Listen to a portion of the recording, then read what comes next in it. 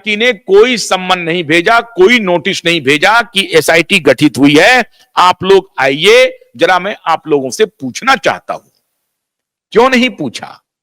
अब इस पे तो कोई जवाब नहीं होगा ना, इसीलिए कह रहे हैं ना कि देर है अंधेर नहीं होगा।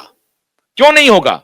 क्योंकि जो सवाल कोर्ट में रखे जाएंगे उसका जवाब अदालत मांगेगी, और जिनसे मांगा जाएगा उनके पास कोई उत्तर नहीं होगा, तो कहां जाएंगे फिर? जाकर के देवेंद्र फडणवीस को कहेंगे कि साहब आपके कहने पर मैंने इसको रोक दिया था जांच को, अब मुझे जवाब देना पड़ रहा है। और अगर अदालत ने सख्त निर्णय ले लिया और कहा कि अगर इंक्वायरी एसआईटी की गठित हुई थी तो जिन जिन ऑफिसर ने इस जांच को 1.5 साल तक एक कदम भी आगे नहीं बढ़ाया है उनके खिलाफ कानूनी कार्रवाई होगी। अब ये यही देखिए, अब समझते जाइए, पॉलिटिशियन किसी को भी फंसा देंगे साहब। तो पॉलिटिशियन तो आज हैं कल नहीं रहेंगे, लेकिन जिनकी नौकरी है बेचारे की, उनकी नौकरी फंस जाएगी, उनका सीआर खराब हो जाएगा, उनका प्रमोशन रुक जाएगा। तो यह कहानी बन जाएगी। अब आप कहें कि अरे उनको, इन लोगों को नौकरी से क्या मतलब, ये तो निकल जाएंगे, नेता तार देंगे, ऐसा चलता नहीं है साहब। इतना ब्लैक एंड व्हाइट चीजें नहीं होती हैं। एक परमवीर ने जो भ्रष्टाचार किया है तो उनको तो जवाब देते देते बन नहीं रहा है। तो अगर अदालत ने एसआईटी से पूछ दिया कि भाई आपका गठन हो गया था 2022 में, फिर 1 साल क्यों लगा? और यह नोटिस सरकार को भी जा सकता है, ध्यान रहे, सरकार नहीं बच सकती है और केंद्र सरकार भी नहीं बचेगी। सुन लीजिए आप, कोई बचने का नहीं है यहां पर। इसीलिए कोई वो कृपा नहीं कर रहे हैं माननीय मोदी जी और देवेंद्र फडणवीस जी, उनको करना ही करना है, अदालत में उनको जवाब देना ही देना है। सब कुछ ऐसा नहीं है कि सब कुछ टके सिर भाजी टके सिर भाजा हो रहा है। सब कुछ राजनीतिक बैटल ग्राउंड नहीं है जहां पर आपका भाषण चलता रहेगा और जनता को आप सही गलत जो भी कहकर के अपने पक्ष में लेते रहेंगे। बहुत बढ़िया है, मैं आपकी तारीफ भी करता हूं, क्योंकि आपका जो अपोजिशन है वो इतना नकारा है, उसके उसके उसके इसमें तो आप ही लोग बेहतर हैं। चलिए, आपको बहुत बधाई हो, आप दोनों सरकार में हैं। लेकिन सवाल है कि इसके तहत आप अगर ये सोच रहे हैं कि हम अदालत में भी कुछ से कुछ बोल देंगे, बोला, ये बात सही है, अदालत को मैनेज किया गया। आप किसने मैनेज किया भगवान जाने। आदित्य ठाकरे ने मैनेज करने की पूरी कोशिश की। 1.5 साल तक देवेंद्र उपाध्याय ने इस पिटीशन को सुना नहीं। और कल फिर आप गौर कीजिए, नीलेश ओझा ने क्या कहा।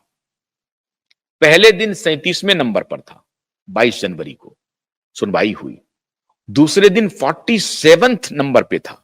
ये जो पिटीशन लगा हुआ था, ये इसका नंबर जो था 47 में। इसके पहले देवेंद्र उपाध्याय 8 और 9 जाते जाते 12 नंबर पर भी कभी रहा, जिसमें हम लोगों ने जिक्र किया था कि आज 12 नंबर पे है, ये सुनवाई हो जाएगी। लेकिन 8-9 जाते जाते खत्म, 12 नंबर आया ही नहीं। और फिर डेट मिल गया 3 महीना 4 महीना आगे का। तो 12 नंबर भी, 20 नंबर भी, इतने कम नंबर पर लिस्टिंग होने के बाद भी देवेंद्र उपाध्याय ने कभी इस केस को नहीं सुना।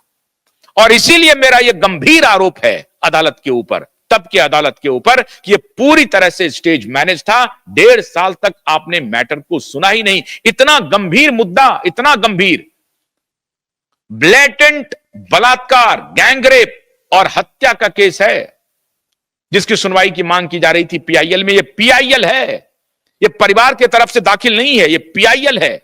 देश की जनता के दबाव पर वकीलों के एक समूह ने पीआईएल किया है। किस लिए?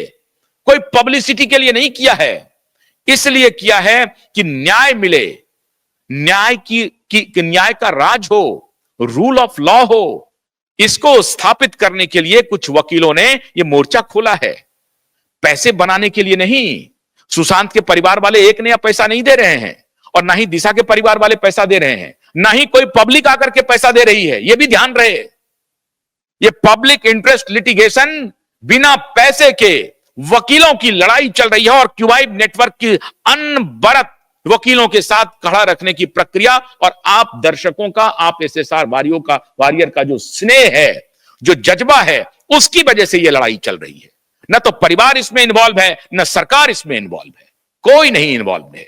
सीबीआई एसआईटी तो भटकाना ही चाह रही थी। इसलिए ये मैं बात कह रहा हूं कि बचने का कोई रास्ता नहीं है। सरकार कितना भी चाहे बचा नहीं पाएगी। आज नहीं तो कल जवाब देना पड़ेगा। लंबा हो सकता है चले, लेकिन बचेगा कोई नहीं, बचेगा कोई नहीं। तो अब सीबीआई और एसआईटी को लगने लगा है साहब कि अगर अगर कोर्ट ने कह दिया स्टेटस रिपोर्ट दो, स्टेटस रिपोर्ट देंगे क्या?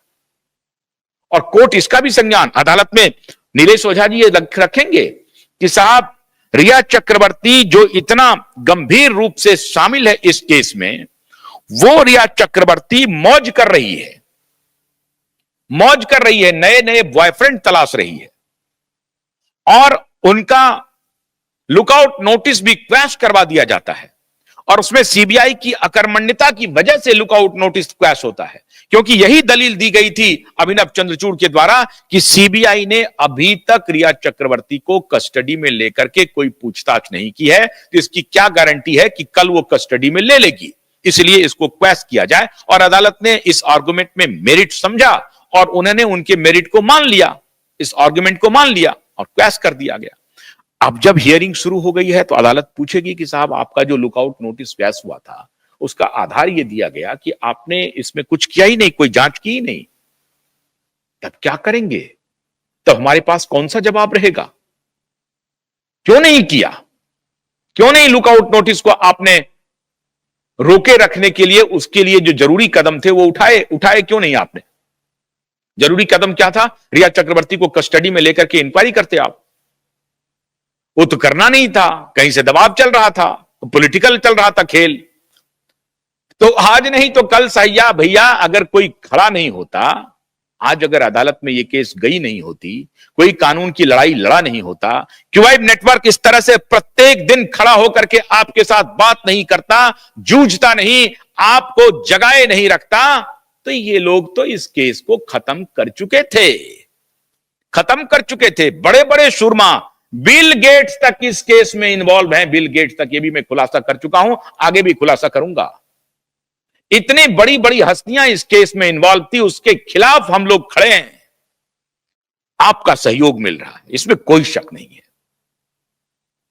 तो अब सीबीआई को जवाब देना पड़ेगा अगली हियरिंग में, और ये दोनों तीनों बातें हो सकती हैं, एसआईटी को भी और सीबीआई को भी नोटिस जा सकता है कि जवाब दीजिए, और जवाब दीजिए तो 1 सप्ताह के अंदर जवाब दीजिए। श्रीमान आलोक आराधे इस मामले को लटकाने के चक्कर में नहीं है, यह स्पष्ट हो चुका है। 47 नंबर पे रहने के बाद भी शाम के 4 बजे सुनवाई शुरू हुई, कल्पना कर सकते हैं आप।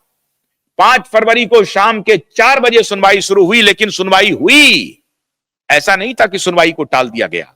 यह कोर्ट का मन और मिजाज बतलाता है कि कोर्ट ने मन बना लिया है, इस केस में दूध का दूध पानी का पानी कर देंगे। मैं कह रहा हूं कोई भी हो, न्याय हो जाना चाहिए, इधर हो या उधर हो, स्पष्ट हो जाए, ये लंबे समय तक नहीं लटकना चाहिए, इसी की तो लड़ाई है। इसीलिए सीबीआई की तरफ से जानकारी मिल रही है कि उन्होंने रिया चक्रवर्ती के खास तौर से जो चैट हैं, क्योंकि रिया चक्रवर्ती और आदित्य ठाकरे ये दोनों इस केस के, दिशा सालियान में और सुशांत में, दोनों एक ऐसी कड़ी हैं जिसको सब